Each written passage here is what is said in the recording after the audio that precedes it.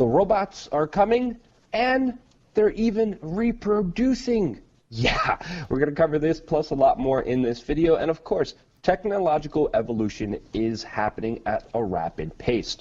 And even faster pace that I realized after looking at these three articles that, of course, we are going to be talking about. And Jason, a lot of these technological advancements we're not even allowed to know about, like this article from The Intercept that highlights how the Pentagon is pretty much making all the work that Google is doing on their drone program exempt from the Freedom of Information Act and making it classified. Now, Jason, this story doesn't surprise me. I don't know if you've been able to take a full kind of comprehensive look at it, but there's been a saying, and I'm kind of curious what you think about this personally, that technology is far more advanced in the military sector than it is in the public sector, and what the military has is at least 30 years more advanced than what the people even know about. That's why we saw the internet come of age from pretty much the military. Google Maps come from the military, and a lot of these bigger technological advancements, the military always seems to have them before the public. What do you think about this time period, though, 30 years ahead, and specifically this article with Google now that's going to be classifying a lot of their work, Jason? Well, I think it's speculative, especially because technology, of course, is not on a regular curve. It's on a bell curve. So 15, 20, 30 years, that's all very, very relative stuff, right? But if we look at yeah, that's what we talked about, the kind of exponential growth of expansion, technological evolution. Sorry, I just wanted to explain what the kind of bell curve is and how it kind of works to what we're seeing. So yeah, I agree with you. Sorry, go ahead. Yeah. So like, for instance, if you believe in the singularity, at some point, machine learning is going to hit its apex and no longer be able to go any further. That seems almost theoretical, but guys like Kurzweil have talked about it forever. Like I said, there's a lot to kind of look at here. Now, when you talk about the Pentagon, right, and being in bed with Google, for instance, of course they're going to make all of their work on drones exempt because they are militarizing these drones, not only for overseas missions, if you will, but you got to believe, folks, that these things are being militarized for you and me. The police state, the surveillance state, the big data culture that we live under. So the Pentagon, using all of these tools, is going to try to keep this stuff classified for a good long while. And Luke, you'd be 100% correct that obviously military technology is far beyond what we're led on. Think about CERN, for instance. CERN is not possible without military and private contractors getting together, even nation states coming together and having this large underground facility. In fact, in 2017, it was announced that they were actually going to build an even larger Hadron Collider. Nobody else is being able to do this. So then when we get into a company like Boston Dynamics, right, Luke, they work with the military, they work with DARPA, they work with MIT, universities, and they're the people that have brought us the big dogs that have been used in Iraq and elsewhere in the Middle East. Yeah, Jason, if I could just cut you off really quickly before we jump to that story, I kind of want to finish more on Google because, of course, a lot of people are saying this information is classified so that foreign governments do not get it. When we're working with private kind of entities like Google, one, they're not really private. They're big elements of the deep state, and with seed funding, they exist in relation and coexist with a relation with the government hand in hand, but also with any other government. And that's why there's been kind of a lot of big political talk about Google doing a lot of their research when it comes to artificial intelligence in China. Google also announced that they're opening up, planning, and we're looking into opening up a search engine in China, of course working with the Chinese government. And again, any major business in China pretty much is state-owned.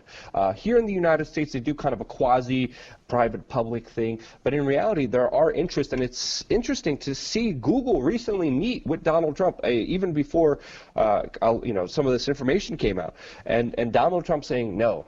Google is with the United States, and it's interesting to see top military officials threaten Google and other Silicon Valley companies out there that they're going to be in trouble if they aid the Chinese military, which again wouldn't surprise me if they are doing. So again, a lot here to unpack, but also a lot of things that we do not know. Since again, Google, mainly a quasi-private company, operates in a private company. We don't know their exact dealings, which China and the Pentagon, and this opens up a whole big, can of worms here, because the repercussions are serious, especially with artificial intelligence, which Vladimir Putin pretty much compared to the next nuclear weapon, the powers and capabilities of artificial intelligence. And that is just on one level. The Boston Dynamics story that you were just talking about, Jason, is a whole nother story with just more, terrifying aspects, not just with intelligence, but just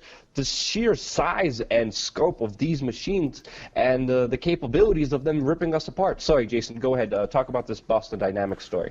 Well, I wouldn't even just talk about, ripping us apart as a military weapon. After all, drones, when we talk about Google and drones can hit us from a target thousands of miles away, be undetected, and you wouldn't even know that the rain of thunder via a missile or whatever other type of projectile device they'd like to use happened, okay? So now... Jason, if I could just say, if you could go down, I'm looking at some of these videos. I don't know why, but I just visualize myself running away from them as fast as I can and them trying to hunt me down. That's what I see when I see this. I might be a little bit paranoid. Maybe I watch too much Terminator movies, but the footage here is mind-blowing. Sorry, go ahead. Yeah, so what you're looking at right here is just a picture of the handle, and now this is what they're calling their ostrich bot right here. If we play some of the footage, you'll see it moving around. And what does this look like? Well, it looks like the next step in an Amazon-type facility. Right now, that could easily handle a 30-pound box, right? We already know that Amazon moves a lot of its larger stuff with small drones that come up under pallets, push them, and then move them to where they need to be directed. They almost look like a more hefty version of those self-cleaning vacuums that you see, right? Now, take a look at this. This is going to be able to do this all day, every day, 24 hours a day, with very little maintenance, very little operational downtime. It will have a one-time cost. If you are working in a factory, if you are in any type of, Walmart Supercenter, Amazon Superstore, and you are doing this better be a part-time thing, and you better start working on another skill. It's over. Automation is here. Forget about them, again, tearing us apart physically. They're going to eviscerate the economy, and that's why you have these politicians trying to soften the blow with this talk of a universal basic income. Now, let's look at some of the other things that these, that's an ostrich. Just one thing, these robots won't be asking for minimum wage, Jason. No! They won't be asking for lunch breaks. Well, look at let's this. Just be honest here. This one is now, it's, what is this, the Spot Mini. It takes the idea of the big dog. It's able to walk upstairs. It's able to extend another appendage, if you will, and open up doors. This thing is on them. These are what we're seeing publicly.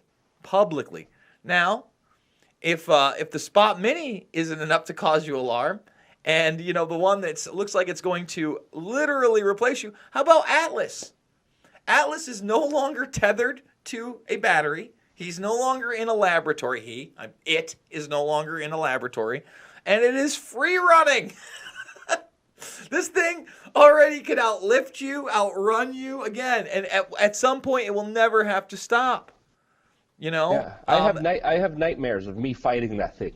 I don't know if you watched some of the Terminator movies, especially early on, but they had a huge lasting impact. I mean, this is on so many levels because it does bring up a lot of possibilities that are absolutely terrifying, especially with a future where a few people control the majority of the wealth, control the majority of the power, saying, well, we don't like you threatening our our monopoly on this, our huge centralized control, so just send in Bob, the death robot, to go after those pesky little journalists asking me questions and chasing you freaking down and trying to hammer you. And if that wasn't terrifying enough, we could go back to the story, but if that wasn't terrifying enough, we have a new article here by Wired that is literally talking about robot reproduction. And the article starts off, bacteria do it, viruses do it, worms, mammals, even bees do it. Every living thing on Earth replicates,